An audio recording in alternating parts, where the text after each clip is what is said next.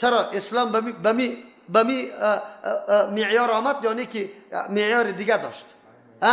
بمی معیار آمد یا دیگه داشت؟ سلمان ایرانی از اهل بیت شمرده میشه کی؟ خلی که ابو لهب از اهل بیت شمرده نمیشه، ابو طالب از اهل بیت شمرده نمیشه. چرا معیار میسته؟ امروز تو مسلمان هم اگه معیار در نظر میگیری بفهمی که مسلمان هستی، اگر این در نظر نمیگیری الهی دعوای اسلام کردن دروغ است، نمیشه.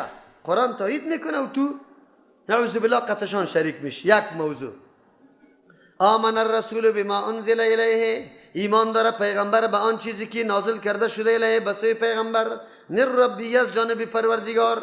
کسی که دعوت میده طرف کدام برنامه، اولین مصدق و تصدیق کننده و یقین کننده همو برنامه امو کس باید باشه. از او خاطر هر پیغمبر به کدام نظامی که دعوت میده خودش یقین داره که نظام آدم که خود یقین نداشته باشه چرا دعوت بده؟ الله شاهدی میده که پیغمبر به کل ما انزل الیه مکمل یقین داره. والمؤمنون، مؤمنان یقین داره. این ایمان اجمالی میگه آن چیزی که بالای پیغمبر از طرف الله آمده مکمل پیغمبر و مؤمنان بالکل قبول داره، نزاع نداره. آلی تفصیل میکنه کل آمن بالله، هر کدام ایمان داره به الله تبارک و تعالی، ایمان به الله، ایمان به ذات الله، به صفات الله، به افعال الله. به ذات الله چطور ایمان داشته باشیم؟ قابل درک است؟ ذات الله را احاطه کرده میتونه نظری ما؟ قطعا نه. الله جسم داره، الله از هر عیب و نقصان چیز پاک و منزه است. و در مورد صفات الله چطور عقیده داره؟ صفات برای الله ثابت است؟ ثابت است یا نیست؟ ثابت است. امور رقم که در قرآن و حدیث ذکر شده بدون تشبیه، بدون تاویل، بدون تحریف، بدون تعطیل، هیچ نوع مداخله را باز دیگر نمیکنیم که صفات الله را تغییر بدیم، اینطور نمیکنیم. ایمان داریم به افعال الله، هر حکمی که الله میکنه او چی است؟ مشتمل به مصلحت های زیاد است، درست است، بس یقین میکنیم. چه و ملائکت، ایمان به ملائکه الله پیش براتون گفته بودم. ملائکه الله مخلوق الله است، مخلوق معصوم الله است. همیشه کدام وظیفه که از جانب الله برشان داده او را مکمل انجام میده، به اندازه رب زدن چشم نافرمانی الله را. صاحب خورد و نوش نیز مذکر مؤنث نداره، همیشه در تسبیح و تهلیل و عبادت الله مشغول. صاحب بالاست. و کتبی، عقیده به کتابای الله داره. هر قدر کتابی که از جانب الله برای راهنمایی بشریت روان شده که آخری و کتاب کیست؟ قرآن کریم است. بعد از او دیگه کتاب نمیه و توسط آمدن قرآن کریم کل کتابای سابقه منسوخ شده، قابل عمل باقی نمانده. خود تو عقیده کو که دمو زمان امو کتاب قابل چی بود؟ هدایت بود و کافی بود برای مردم. و رسولی، با پیغمبران الله کلگی ایمان داره. هر پیغمبر من حیث پیغمبر قبول داره، در زمان که روان شده برای راهنمایی بشر رسالت خود انجام داده. بالکل الله که کدام وظیفه برش داده او را در سر رسانیده. مردمان برگزیده از جانب الله تبارک و تعالی در بین مخلوقات بوده که آخری پیغمبرها کیست؟ محمد رسول الله صلی الله علیه وسلم. آخری صنف معلم و مربیش کیست؟ پیغمبر صلی الله علیه وسلم است. زمانای پیغمبرها حیثیت صنوفی مکتب داره، اول، دوم، سوم، چهارم. آخری صنف معلمش مربیش کیست؟ پیغمبر علیه السلام. از او خاطر دین از این کاملترین دین است، هیچ دیگه پرزه ناقص نداره. این مردمای مبتدع است که در دین هر چیز داخل کرده رو ایسته میگه دین ناقص است، نعوذ بالله. لا نفرق بین احد من رسوله. امتیاز ای اومد در کجاست؟ امتیاز ای اومد در ایسته که یا هیچ وقت تبعیض قائل نیست که یکی را قبول کنه دیگر نکنه، نه در احکام الله، نه در پیغمبرای الله، نه در ملائکه الله. مثل یهود و نصارا نیست که امروز داد ازی میزنه که ما با کتب آسمانی عقیده داریم اما ملائکه الله را تفکیک میکنه. میکائیل قبول داره، جبرئیل نداره. موسی را قبول داره، خو عیسی و محمد قبول نداره. همچنان در احکام الله چی میکنن؟ تبعیض میکنه. آن چیزی که منافع شخصی سور عمل میکنه که نباشه دور میکنه. خو این امت اختصاصش است که تبعیض قائل نیست در بین انبیا، کل انبیا را قبول داره، اگرچه در فضیلت و مرتبه در بینشان تفاوت وجود داره. من حیث پیغمبر کل گیرکشان، چرا که از جانب کی آمده؟ الله آمده. لا نفرق، جدایی نمیاریم بین احد، در بین هیچ کدام من رسولی از انبیا علیهم السلام. اینطور نمیگیم که موسی را محکم بگیریم که عیسی علیه السلام بگوید از سری دار بکشیم. اینطور هم نمیکنیم که عیسی علیه السلام عینی الله بشماریم، خاص دیگه پیغمبران این کار بکنیم مثل نصارا واره. و قالو گفتن، امتیاز صحابه کرام همی بود که گفتن سمعنا و اطعنا، ما شنیدیم و اطاعت کردیم. شنیدیم و اطاعت کردیم. دین نامی چیست؟ تنها این است که زبان خدا در بدیم، کلمه شهادت بخوانیم. دین برنامه عملی سمعنا است، به دل و جانی را بپذیر. کدام حکم الله که توسط پیغمبر بری تو رسیده ای را به دل و جان بپذیر. خب پذیرفتن تنها به دهن نه. و اطعنا، ما اطاعت کردیم. دین نام عمل است. آلی مکمل مطابق نقشه پیغمبری را عملی کردیم. قرآن براتان معرفی کرد. ایمان چی را میگه؟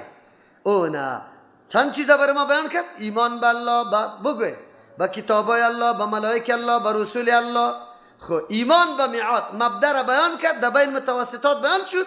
ایمان به آخرت هم بیان میکنه. آلی و قالوا سمعنا و اطعنا، گفتن شنیدیم قبول کردیم و اطعنا اطاعت کردیم. آلی اگر کدام لغزش کوتاهی از پیش ما میشه، چون انسان هستیم از ما خامخا خطایا میشه. غفرانک، طلب بخشش از تو داریم، مغفرت تو را طلب داریم. ربنا، ای ذاتی که مالک و متصرفی ماستی. و الیک المصیر، عقیده داریم که بازگشت امام طرفی توست. میعادم اینجا ثابت شد، عقیده آخرت ثابت شد. این را ایمان کامل میگه.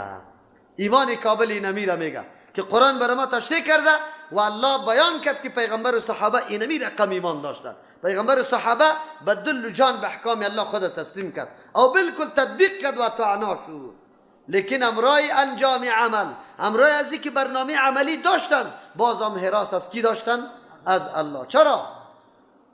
امو رقم که الله لایق است که عبادتش بکنیم امکان است، بس پیش ما بسیار سهو و خطا میشه. انسان چی بکنه؟ قرآن بر ما یاد داد غفرانک ربنا، طلب بخشش تو را میخواهیم ای الله تبارک و تعالی. ربنا، ذاتی که مالک و متصرف ماست، ما را تربیت میکنی. یکی از جمله اجزای تربیت است که گناه ما بخشیده شود، لغزش ما معاف شود، کوتاهی و قصور ما معاف شود. ایام از جمله اسباب کیست؟ تربیت. تربیت انسان توسط ازی میشه. آخرین نهایت تربیت داخل کردن در کجاست؟ در جنت. و این وقتی میشه که انسان گناهاش چی شود؟ معاف شده باشه. اینی را جماعت مسلم میگه. اگر ما امروز دعوی اسلامیت داریم، باید به دل و جان احکام الله را بپذیریم، بیچون و چرا نگویم که چرا و این را حتما در زندگی خود تطبیق بکنیم. اگر قبول میکنیم بعضی را و بعضی را نه. یک آیت در تلویزیون 100 دفعه بگو اعلان میکنیم، خب آیت دیگه در عمر در 10 سال پاچایی هم یک دفعه اعلان نمیشه. این عجیب است. اینطور شده نمیتونه. اگر ما آن چیزی را که منفعت خودی ما عمل بکنیم دیگه شنه، باز دعوی ایمان نکنیم. لا یکلف الله نفسا الا وسعها، الله مکلف نمیکنه یک نفس مگر به اندازه توان و طاقتش. قرآن بر ما میگه هر قدر احکام الله که آمده مطابق و مناسب توانمندی و طاقت ما و شماست. هیچ حکم الله سخت نیست. یرید الله بكم اليسر ولا یرید بكم العسر لیجعل الله چیستا که بگردان الله لئلا یجعل چیستا علیکم فی الدین من حرج، که بالای شما در دین حرج و تکلیف باقی نمانه. احکام الله آسان است. اینی معنای ازیره میده که پیغمبر علیه السلام میگه مر الله تبارک و تعالی به دین آسان روان کرده. به دین چی روان کرده؟ هم احکامش آسان است. از توان و طاقت ما بالا ما محکوم نشدیم. لها ما کسبت و علیها ما اکتسبت، برای نفس آن چیزی است که کسب کرده و علیها بالای نفس به توان نفس ما آن چیزی است اکتسبت که خیلی به مشقت کسب کرده. دو نکته در اینجا وجود داره. لها ما کسبت، آن چیزی که به نفع نفس است او خیلی آسان انجام داده میشه. کسبت گفته، اکتسبت نگفته، مجرد گفته، مزید نگفته. در مزید مشقت می باشه. ایره کسی که صرف نحو را خوانده خاصیتی بابا را میفهمه، ایره میفهمه. کسبت چرا؟ آن چیزی که به نفع نفس می باشه، مطابق فطرت انسان است، خواست انسان است، روحی درونی تو تقاضایش داره، از او خاطر زود انجام داده میشه. اما آن چیزی که بگوی علیها ضرر بالای نفس است، او خیلی به مشقت انجام داده میشه، روح و روان تو را نمیخواه، لیکن بگوی بازم تو انجام میدی، بازم تو انجام میدی. از او خاطر در اونجا اکتسابات. یک نکته. دوم نکته، نیکی ها خیلی آسان است. نماز میخوانیم، دستی میرویم، وضو میگیریم، 4 عضو خدا میشویم، خدا پاک میکنیم، بیایم در طرف قبله روی میگردانیم. به مو کیفیتی که از پیغمبر علیه السلام به ما نقل شده نماز میخوانیم. یا آسان است، سختی نداره. خب لیکن وقتی که دزدی میکنی مفت نیست. آلی باید خیلی منتظر شوی کدام مرد که کدام خانه خیلی غافل است. تحقیقات میکنی، چیستا جاسوسا پیدا میکنی، اینی مردم در شام خیلی غافل است، دروازش واز است. کی صبور کی میاد در موتر بالا میشه، خواب سعی میکنه کدام بچی کابلیست، کدام از دیات آمده. واسکرتی کلانه که دید میگه پیدا کردم. حالی تلاش میکنه خدا میرسانه. بری از او بابا جان تو اینجا بشی، خیلی شل شدی والا، دستایت بالا مانده، خیر از خدا با پالش میرسانه. امی دسمالکی تا خود بالا کن. او بیچاره یک قدر از این خوشی میکنه که چقدر مهربان آدم است، عزت مرا میکنه. زمانی که تا میشه بیچاره یک وقت زده، هیچ چیزا برش نمونده، بسیار مشقت میکشه. یکی صبور مشقت میکشه. کسی که نعوذ بالله زنا میکنه مشقت میکشه. کس مرا نبینه بسیار حالتی چی باشه، ترس و لرز است، هر طرف است. شراب میخوری نمی قسم، سود میخوری نمی قسم، اینمی قسم مشقت کشیدن است، اکتسابات است. سینما میری پول میدی، تکت میگیری، بعد از اون گناه میشینی.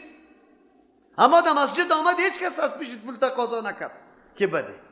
گناه توسط مشقت حاصل میشه، مردم میکنه. از ابو خاطر در روز قیامت امی قدر رسواستی که بالا سعی کرده نمیتونی که الله برات میگه این کارای آسان چرا انجام نمیدادی. و این کارایی که خواهش نفس بود او یک درو وجدانی تام قبول نمیکرد، شرمندم بودی، خجالت هم بودی، آیت قرآن هم آمده بود، پیغمبرم برات گفته بود، او آخرت هم دادید بود، بازم توی کار کردی. چرا کردی؟ چرا اینطور کار انجام دادی؟ اینجاست که گناه به سختی انجام داده میشه. ربنا لا تؤاخذنا، پروردگار ما ای متصرف و مالک ما، لا تؤاخذنا، ما را نگیری، نسینا. 7 دعا را مومنا میکنه، نتیجه را برای ما بیان میکنه. بعد از انجام تمام عبادات الله تبارک و تعالی بجا آوردن احکام الله. خو این احکام الله را بجا آوردن به طریقی کی؟ پیغمبر. سمعنا و اطعنا، ما شنیدیم احکام تو را یا الله توسط کتابت، اما اطاعت کردیم به نقشه کی؟ پیغمبر. اطاعت که به نقشه پیغمبر نباشه قابل قبول نیست.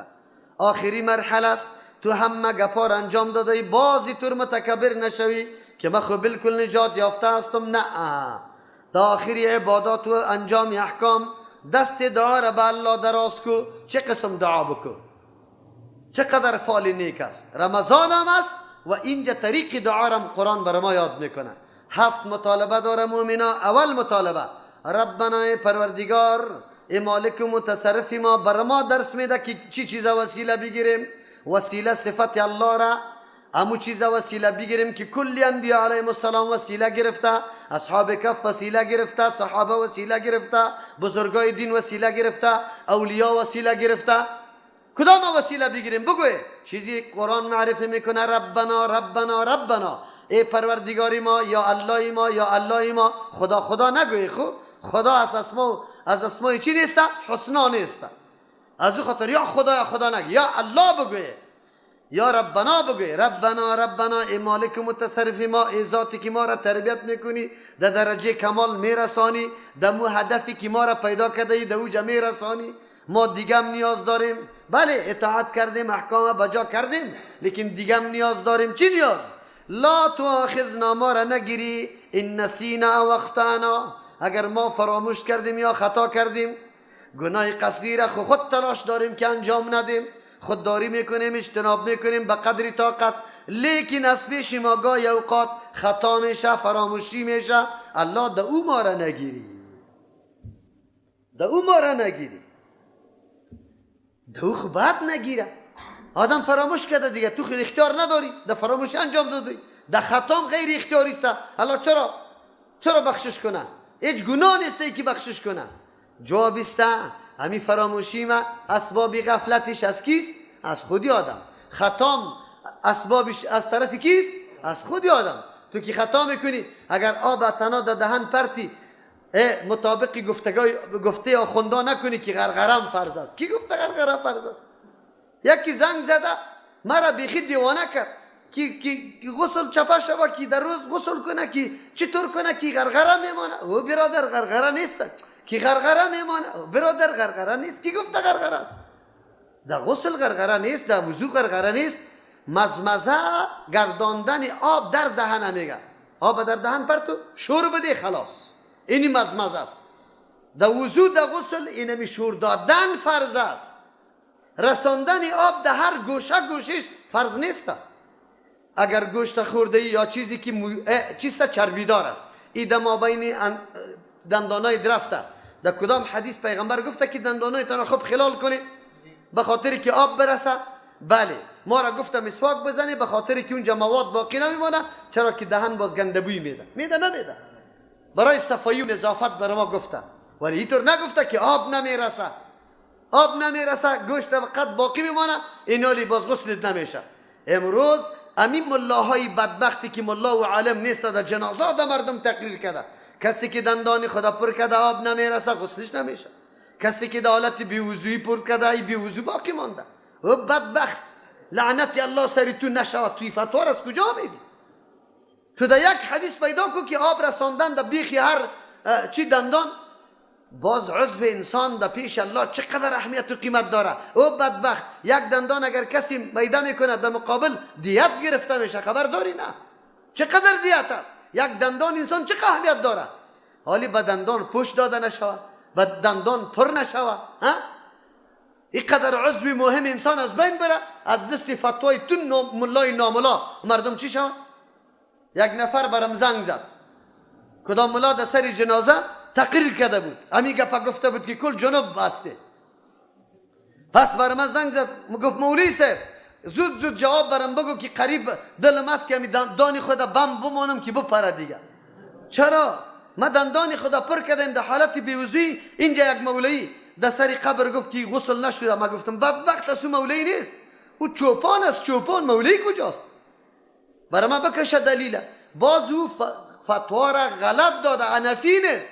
فتاوای حنفی مکمل گپ گفته.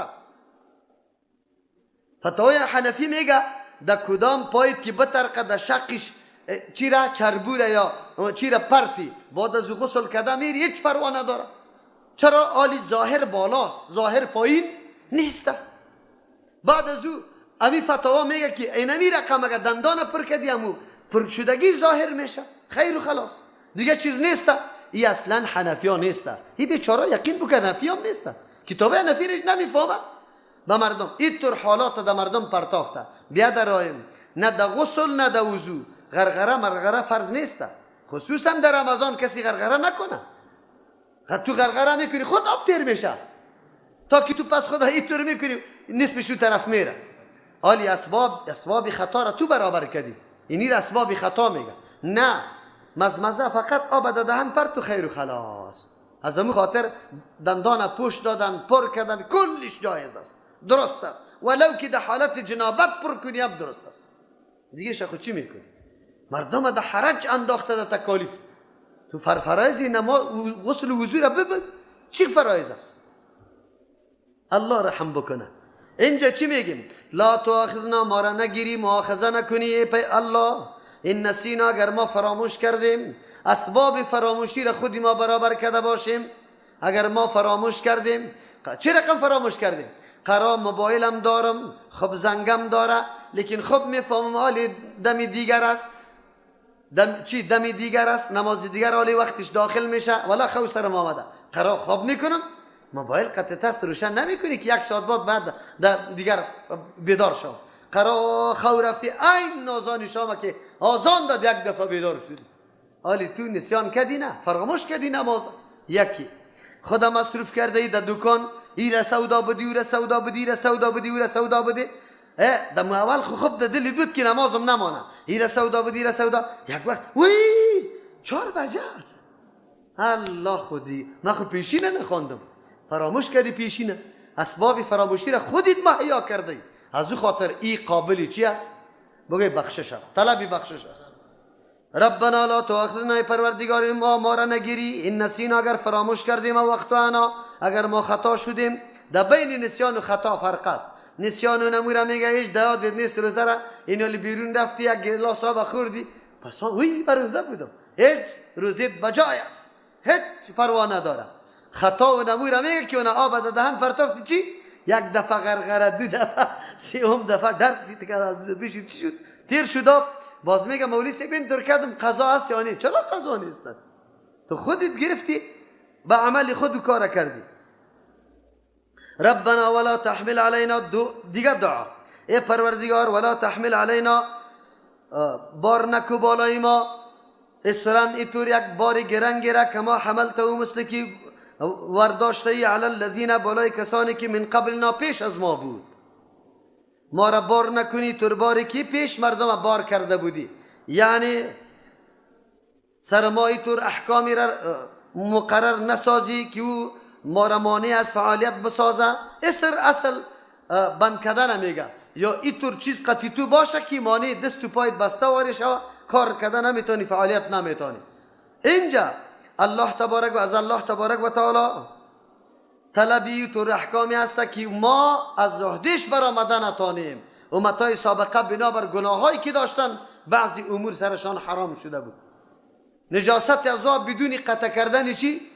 بگه لباس دیگه چی پاک نمیشد و گوشت شتر سرشان حرام بود به خاطری که جنایت کرده بودن. از اصل حرام نبود، خب جنایت کردن، الله به طریق عذاب سر عذاب بعضی پابندی ها و محدودیت ها را گذاشتن. مثل که آلی چی میگه؟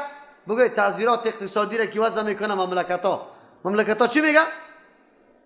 از چی تعبیر میکنه یک مملکت که اقتصادش چی میکنه؟ یادتان میاد؟ چی؟ تحریمات اقتصادی میکنه. اینمی قسم الله تبارک و تعالی بنی اسرائیل و قومای سابقه را بنابر جنایاتش بعضی تحریمات سرش وضع کرده بود، اگرچه ذاتاً حرام نبود لیکن الله تبارک و تعالی گذاشته بود. تو دعا میکنی که الله ما را به اون حالت نرسانی که سر ما محدودیت ها وضع شود و ما تحریم اقتصادی شد.